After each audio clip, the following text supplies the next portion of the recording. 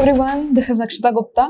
तो मैंने एक यूट्यूब सीरीज शुरू की है जिसमें हम जो भी बच्चों के कॉमन डाउट्स रहते हैं उनको कोशिश कर रहे हैं कि डिस्कस कर सकें और जो भी उसमें प्रॉब्लम्स आ रही हैं उनको हैंडल करने के सॉल्यूशंस बता सकें। So in this video I will discuss about the extra curricular activities and जो भी उसका इंपॉर्टेंस है यूपीएससी प्रिपरेशन के लिए। तो काफ़ी डाउट्स रहते हैं बच्चों के कि क्या इसमें हमें एक्स्ट्रा चीज़ें करनी चाहिए, कितनी एक्स्ट्रा चीज़ें करनी चाहिए और कैसे अप्रोच करना चाहिए। तो इन सब क्वेश्चंस को इस वीडियो में डिस्कस करने का देखते हैं। So let me introduce my self. My name is Akshata Gupta. I have cleared this year UPSC exam with rank 69 in the first attempt. So my background is medical sciences. I have secured All India rank 28 in the AIPMT in the year 2015 and my AIMS rank was 75. तो मैंने अपनी graduation MBBS में की है from the GMCH Chandigarh और वहीं से ही मैंने इंटर्नशिप किया है इन द ईयर 2020. तो 2020 में ही मैंने अपना एग्जाम दिया है और फर्स्ट अटेम्प्ट में ही I have secured all India rank 69. So I have organized some free live classes on the Unacademy app. So वहाँ पर आप ज्वाइन कर सकते हो for various topics like current affairs को कैसे प्रिपेयर करना है, नोट्स कैसे प्रिपेयर करने हैं. I have also introduced a plus course on the Unacademy जहाँ पे आप काफ़ी टॉपिक्स को कवर कर सकते हैं और वहाँ पे लाइव क्लासेस होती हैं. तो वहाँ पे आप इंटरेक्ट कर सकते हो, अपने डाउट्स क्लियर कर सकते हो और जो भी आपको अपनी स्टडीज़ के लिए स्ट्रैटेजी या प्लानिंग कुछ भी जानना है तो उसमें आप मेरे से हेल्प ले सकते हो. Also you can use this code and आप ज्वाइन कर सकते हो. सो अनअकैडमी में there are interactive live classes and there are top educators. तो वहाँ पे आप मुझसे इंटरेक्ट कर सकते हो and we can have a live class जिसमें आप डिस्कस करोगे और जो भी आपके प्रॉब्लम्स हैं we will try to find some solution there. So now UPSC Civil Service Examination. तो सब जानते हैं कि it is a long journey. There are 3 steps: prelims, mains and interview. और almost ये पूरी strategy 1 year की होती है. पूरा ये timeline जो है ये almost 1 year का होता है and this exam is really long. और उसमें आपकी 1 ईयर का सिर्फ एग्जाम होता है एंड उसकी प्रिपरेशन को आपको 1 ईयर का सिर्फ एग्जाम होता है एंड उसकी प्रिपरेशन को आपको एटलीस्ट 2 to 3 ईयर्स लग सकते हैं. तो जब ये 2-3 ईयर्स की आप प्रिपरेशन करते हो तो उसमें आप सिर्फ प्रिपरेशन ही नहीं कर सकते हो. ऐसा कोई भी ऐसा इंसान नहीं है कि आप वो 2-3 साल से सिर्फ पढ़ ही रहा है एंड वो कुछ और नहीं कर पा रहा है. तो ऐसा पॉसिबल नहीं हो पाएगा और अगर पॉसिबल है तो ये आपके लिए काफ़ी स्ट्रेसफुल रहेगा कि आप सिर्फ 2-3 साल से पढ़ ही रहे हो and you are not indulge in anything else. आप सोशली एक्टिव नहीं हो, आप एक कमरे में खुद को बंद करके सिर्फ पढ़ ही जा रहे हो, तो that is not at all helpful. वो आपको इतना बेनिफिट नहीं करेगा जितना आपको एक कॉम्प्रिहेंसिव प्लान स्ट्रैटेजी आपको हेल्प करेगी. So you need to develop ways to enjoy it. अब आपको अपनी पढ़ाई को एक एंजॉय तरीके से पढ़ना है, आपको इंटरेस्ट बेस्ड स्टडीज करनी है. ऐसा ना हो कि आप अपनी पढ़ाई को सिर्फ एक बर्डन समझ के प्रिपेयर कर रहे हो कि ये आपका सिलेबस है और आपको बस इसको प्रिपेयर करना है और आपको एग्जाम दे के आना है. तो that should not be the way. जो भी आपका सिलेबस है आप उसको अच्छे से एनालाइज करो and try to find some innovative ways. आप कुछ क्रिएटिव तरीके से या इनोवेटिव तरीके से सोचो कि आप इसको एंजॉय कैसे कर सकते हो या आप इसको इंटरेस्टिंग कैसे बना सकते हो. तो उसके लिए आप काफ़ी तरीके यूज कर सकते हो जो कि हम इसमें डिस्कस करेंगे कि कैसे आप एक्स्ट्रा करिकुलर एक्टिविटीज या कुछ अलग अलग तरीके यूज करके अपनी स्टडीज को एंजॉय कर सकते हो, अपनी स्टडीज में इंटरेस्ट डाल सकते हो और अपनी प्रिपरेशन को ऐसे बना सकते हो कि वो मोनोटनस या बोरिंग या स्ट्रेसफुल ना लगे. तो इससे एक बहुत अच्छी चीज डेवलप होती है एंड दैट इज कंसिस्टेंसी. तो कई बच्चे पूछते हैं कि हम कंसिस्टेंसी कैसे मेंटेन करें, कि अगर 2-3 साल की पढ़ाई है, बहुत लंबी जर्नी है, तो उसमें हम अपनी कंसिस्टेंसी को कैसे मेंटेन करें, हम उसमें परसिस्टेंट कैसे रहें. जैसे अगर कोई बच्चा है तो वो 1-2 महीना पढ़ के ही फील्स लाइक कि अब मुझसे नहीं हो पा रहा है, कि अब मैं बोर हो चुका हूँ या मेरा मन नहीं करता पढ़ने का. तो उसके लिए हम क्या करें कि हमारा इंटरेस्ट जो है वो लास्ट तक बना रहे और एग्जाम तक हम खुद को एग्जॉस्ट ना कर लें. तो कुछ बच्चे ऐसे भी होते हैं कि वो खुद को एग्जॉस्ट कर लेते हैं. अगर आपकी 3 ईयर्स की जर्नी है तो आप फर्स्ट ईयर में बहुत अच्छे से मेहनत करोगे, पूरा सिलेबस फर्स्ट ईयर में खत्म कर दिया, सब कुछ अच्छे से कर लिया. नाउ यू फील एग्जॉस्टेड कि अब सेकंड ईयर में मैं क्या ही करूं और थर्ड ईयर में मैं इसको कितनी बार रिवाइज करूं. तो उससे आपको काफी बर्डन लगता है कि अब मैंने काफी कुछ कितनी बार कर लिया है, अब मैं इसको कितनी बार और रिवाइज करूं। So take your journey slow, आप अपना एक टाइमलाइन बनाओ, और अगर आपने थर्ड ईयर में एग्जाम देना है तो आप अपना सिलेबस धीरे धीरे थर्ड ईयर तक कंप्लीट करो। आप ऐसा मत करो कि आप फर्स्ट ईयर में सिलेबस कंप्लीट करके बैठ गए हो एंड देन 2 साल आप सिर्फ रिवीजन कर रहे हो, तो that will not be helpful. आप धीरे धीरे सिलेबस को लेकर चलो और धीरे धीरे आप इसको कंप्लीट करने का कोशिश करो, तभी आपका इंटरेस्ट लास्ट तक बना रहेगा और आपको एक एग्जॉस्ट वाली फीलिंग नहीं आएगी कि आप थक गए हो और ये आपके लिए अब नहीं हो पा रहा है, तो इस तरह की फीलिंग आपको फिर से नहीं आएगी। तो it is a long journey and you need to develop ways to enjoy it. आप इसको एक इंटरेस्ट बेस करोगे तो काफी बेनिफिट रहेगा। तो अगर आप इसको एकदम मोनोटोनस सिर्फ रीडिंग कर रहे हो, सिर्फ सिलेबस कंप्लीट कर रहे हो और जल्दबाजी में कर रहे हो, तो ये आपको बिल्कुल बेनिफिट नहीं करेगा। Now there are various activities out of basic curriculum which helps you maintaining consistency and perseverance which is much needed। अब इस तरह की काफी एक्टिविटीज हैं जो आपके करिकुलम के बाहर है। अब जैसे करिकुलम क्या होता है कि हमने पॉलिटी पढ़ लिया, इकोनॉमी पढ़ लिया, ये सब पढ़ लिया, अब ये सब हम पढ़ रहे हैं, ये सब प्रिपेयर कर लिया, बट देन जो स्टिल फील कि अब थोड़ा बोर हो गया है, अब थोड़ा इंटरेस्ट नहीं बन पा रहा, अब मन नहीं कर रहा पढ़ने का, तो तब हम क्या करें, तब हम इसको कैसे एंजॉय करें, तब हम कैसे इंटरेस्ट बना के रखें। तो उसके लिए देयर आर वेरियस एक्टिविटीज जो आप यूज कर सकते हो। तो it will help in maintaining the consistency and the Perseverance जो कि इस एग्जाम के लिए चाहिए। हम खुद देखते हैं कि इसमें 6 आवर्स आपको मेंस के लिए लिखना पड़ता है, 4 आवर्स का आपका प्रीलिम्स का होता है, दिन में 2 टेस्ट होते हैं, इसमें भी 2 टेस्ट होते हैं, इंटरव्यू के लिए आपको जाना पड़ता है। तो it definitely test your perseverance कि आप कैसे खुद को मेंटेन कर पा रहे हो इतने लंबे पीरियड के लिए। तो उसके लिए आपको ये समझना पड़ेगा कि आप एटलीस्ट कुछ एक्टिविटीज में इंडल्ज करो जो एक्टिविटीज आपको हेल्प करें इस एग्जाम में परसेवरेंस मेंटेन करने के लिए। तो it is much needed and it can not be ignored. आप इसको ऐसे इग्नोर करके नहीं चल सकते कि मैं सिर्फ पढ़ाई करते रहूंगा या मैं बहुत सिंसियरली पढ़ाई करूंगा और मेरा एग्जाम क्लियर हो जाएगा, तो ऐसा नहीं हो पाता है। You have to take care of your health also. आपकी हेल्थ, आपकी मेंटल हेल्थ इसमें बहुत ज्यादा इंपॉर्टेंट है। तो आजकल इससे क्या होता है कि इसमें स्ट्रेस एंजाइटी ये सब धीरे धीरे डेवलप होना शुरू हो जाता है। अभी आपको ऐसा लगेगा कि जैसे अगर आपने आज प्रिपरेशन शुरू की है तो आपको लगेगा कि ये बहुत अच्छा है, इंटरेस्टिंग है, बट देन आफ्टर 3-4 मंथ्स आपको ये स्ट्रेस लगने लगेगा कि मेरा प्रिपरेशन ठीक भी चल पा रहा है या नहीं। आप खुद को किसी से कंपेयर करोगे या आपको प्रिपरेशन पर डाउट होना शुरू होगा, या जो आपके टारगेट्स हैं, जो भी आपके डेली के टारगेट्स हैं वो कंप्लीट नहीं हो पा रहे हैं, आप अपना शेड्यूल नहीं मेंटेन कर पा रहे हो, या आप कॉलेज के साथ प्रिपेयर कर रहे हो, आपको टाइम नहीं मिल पा रहा है। तो इस तरह के आपको जब डाउट्स रहते हैं तो आपको कुछ ना कुछ एक्टिविटीज करनी पड़ती हैं, जैसे कुछ स्ट्रेस मैनेजमेंट एक्सरसाइजेस करनी पड़ती हैं, ताकि आप कोशिश करो कि आपकी जर्नी जो है वो स्मूथ रहे और आपको इस तरह की नेगेटिविटी या इस तरह के थॉट्स ना आए, and you just stay positive and confident. तो ये दोनों चीजें इस एग्जाम के लिए बहुत ज्यादा इंपॉर्टेंट है। ये आपके प्रीलिम्स, मेंस, इंटरव्यू, मीन्स के आंसर्स में आपके रिफ्लेक्ट करता है। जब आप खुद को एक वेल बीइंग में रखते हो तो आप अपने आंसर्स को भी उसी तरह से एक अपनी टोन दे सकते हो जिसमें आपकी नेगेटिविटी कम और पॉजिटिविटी ज्यादा रिफ्लेक्ट होगी। ये आपको आगे भी हेल्प करेगा। So you have to go with interest based, light, refreshing, stress buster kind of activities which you really enjoy। तो अब इसमें there are multiple activities जिसमें आपको सबसे पहले अपना इंटरेस्ट देखना है।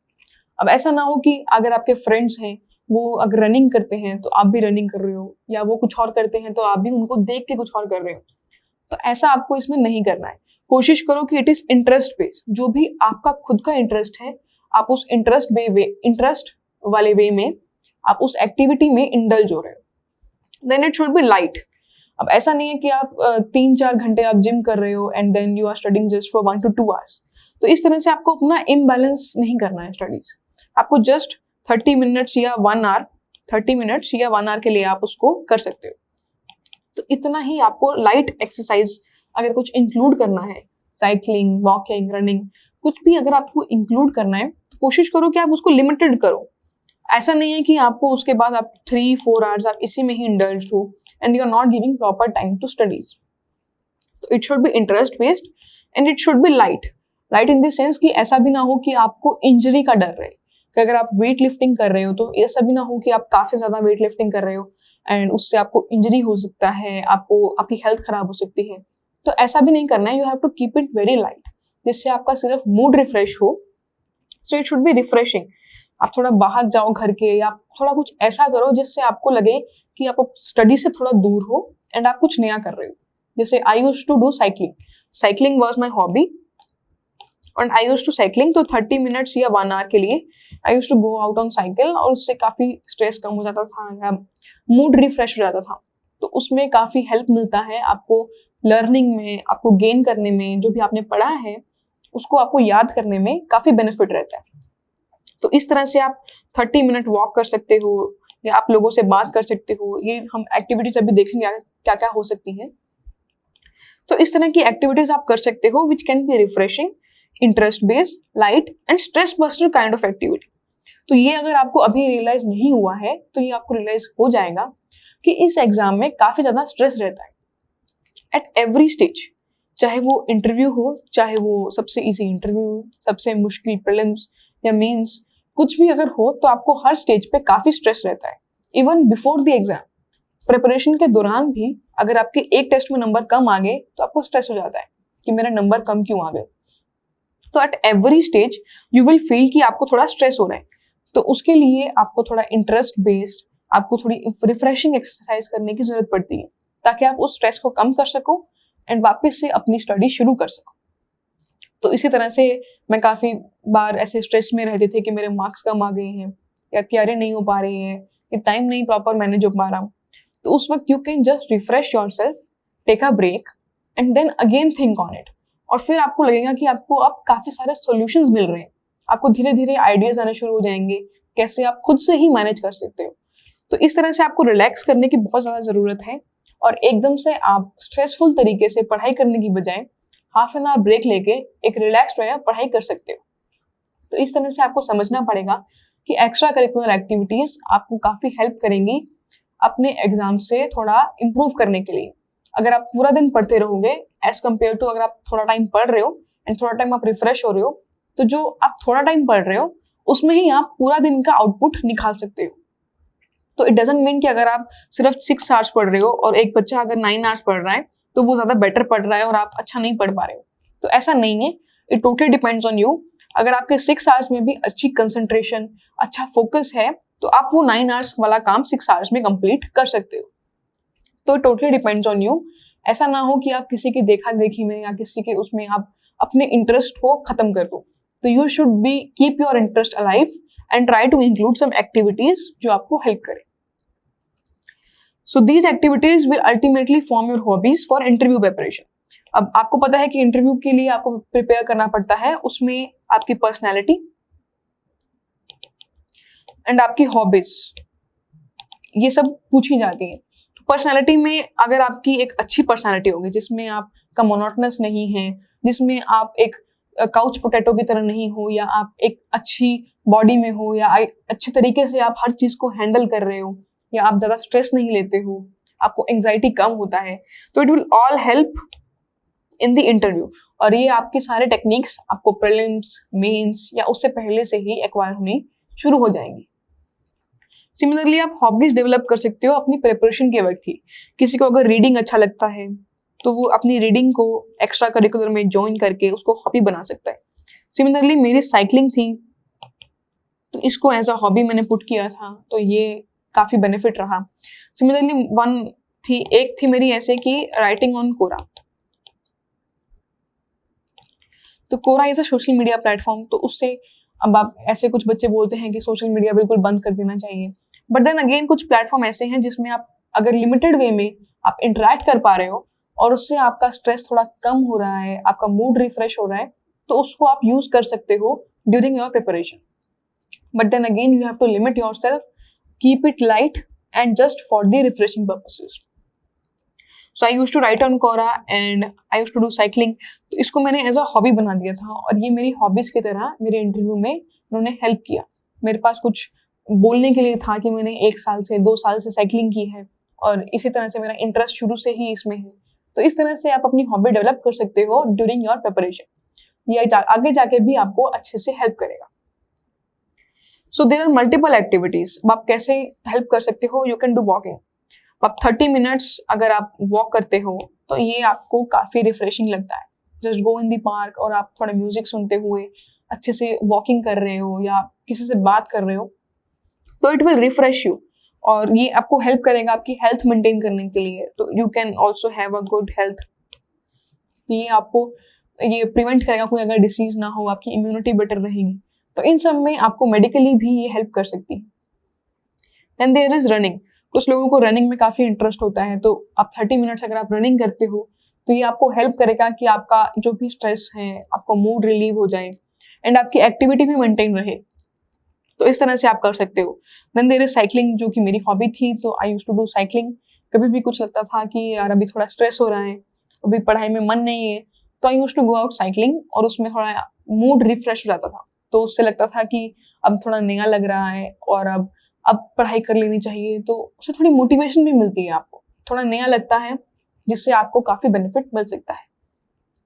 Then again talking to friends. तो कुछ लोग ऐसा होते हैं कि अपने आप को बिल्कुल सोशली इनएक्टिव कर देते हैं।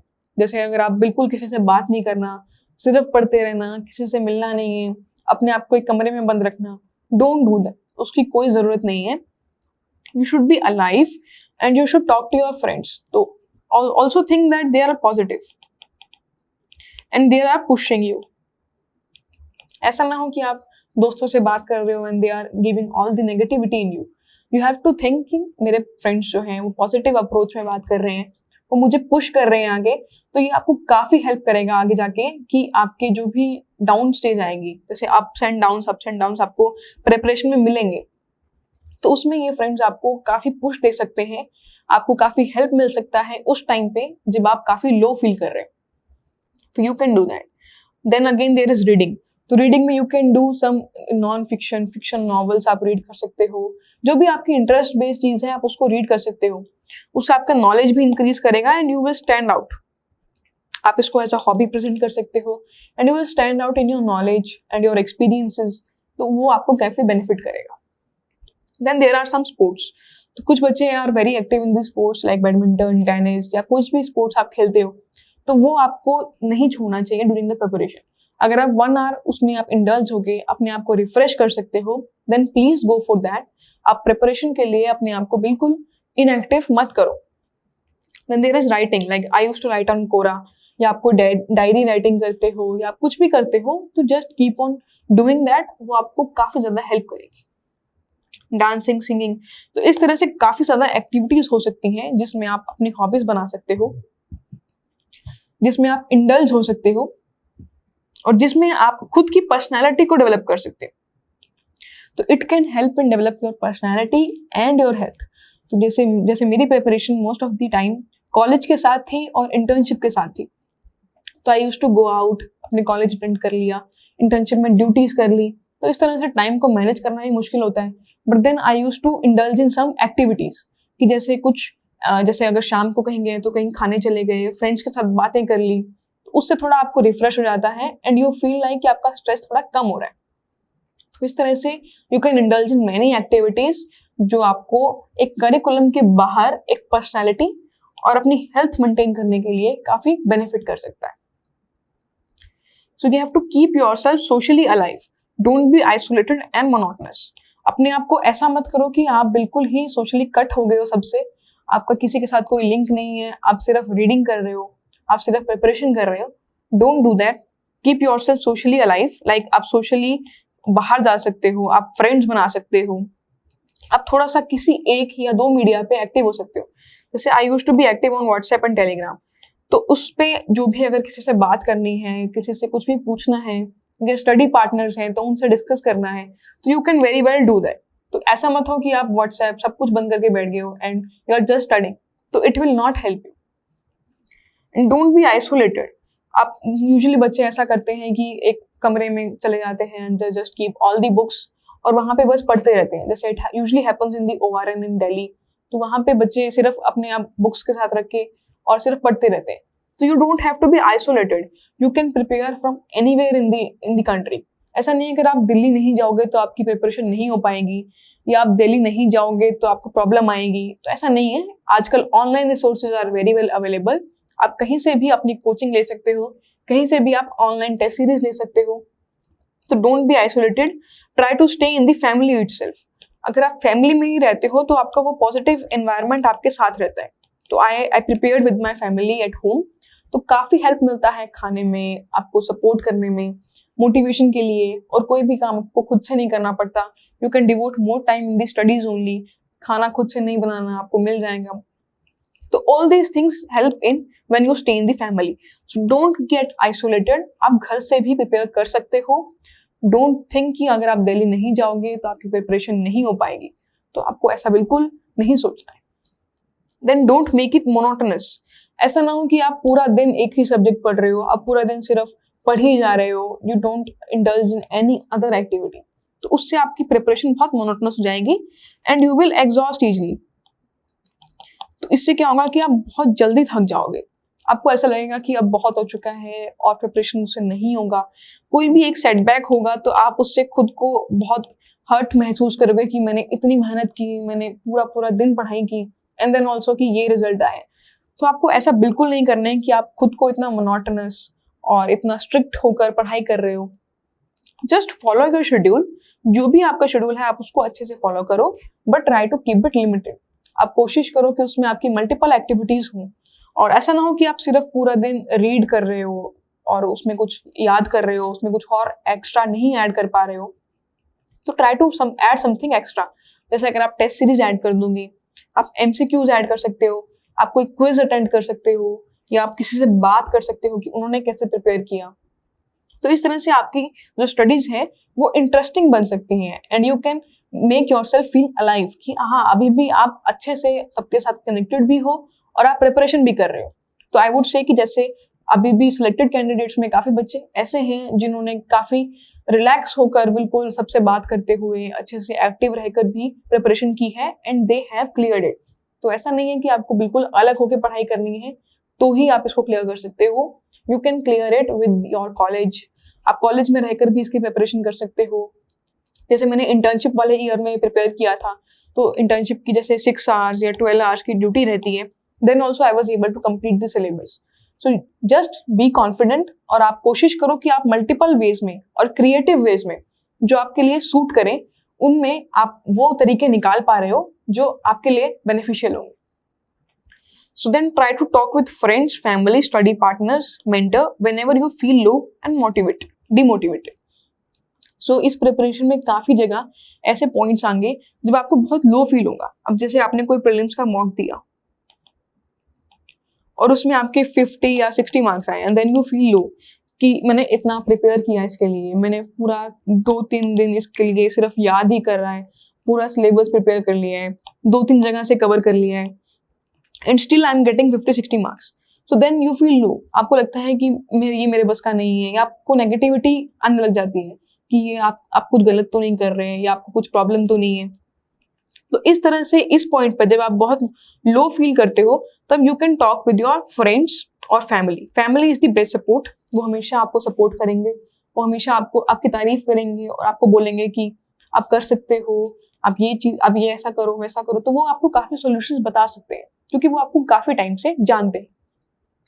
तो talk with your friends, family, study partners, try to have a study partner. ये बहुत हेल्प करता है। इवन मेरी प्रिपरेशन में भी I used to have study partners.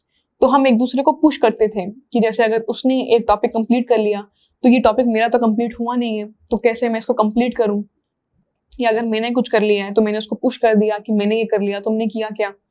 तो इस तरह से आप स्टडी पार्टनर के साथ कंपैरिजन भी कर सकते हो। अगर उसके 80 मार्क्स आए हैं, मेरे 60 आए हैं, तो क्या कमी रही, कैसे उसने एक्स्ट्रा प्रिपेयर किया, कैसे उसने एक्स्ट्रा अटेम्प्ट किए। तो ये सब आपको हेल्प कर सकता है ये जानने में कि क्या आपकी प्रॉब्लम्स हैं और कैसे आप उसको इम्प्रूव कर सकते हो। और ये स्टडी पार्टनर्स आपको प्रीलिम्स, मेंस, इंटरव्यू और पूरी प्रिपरेशन में आपको हेल्पफुल रहेगा। तो try to have study partners ताकि आपको बिल्कुल अलोन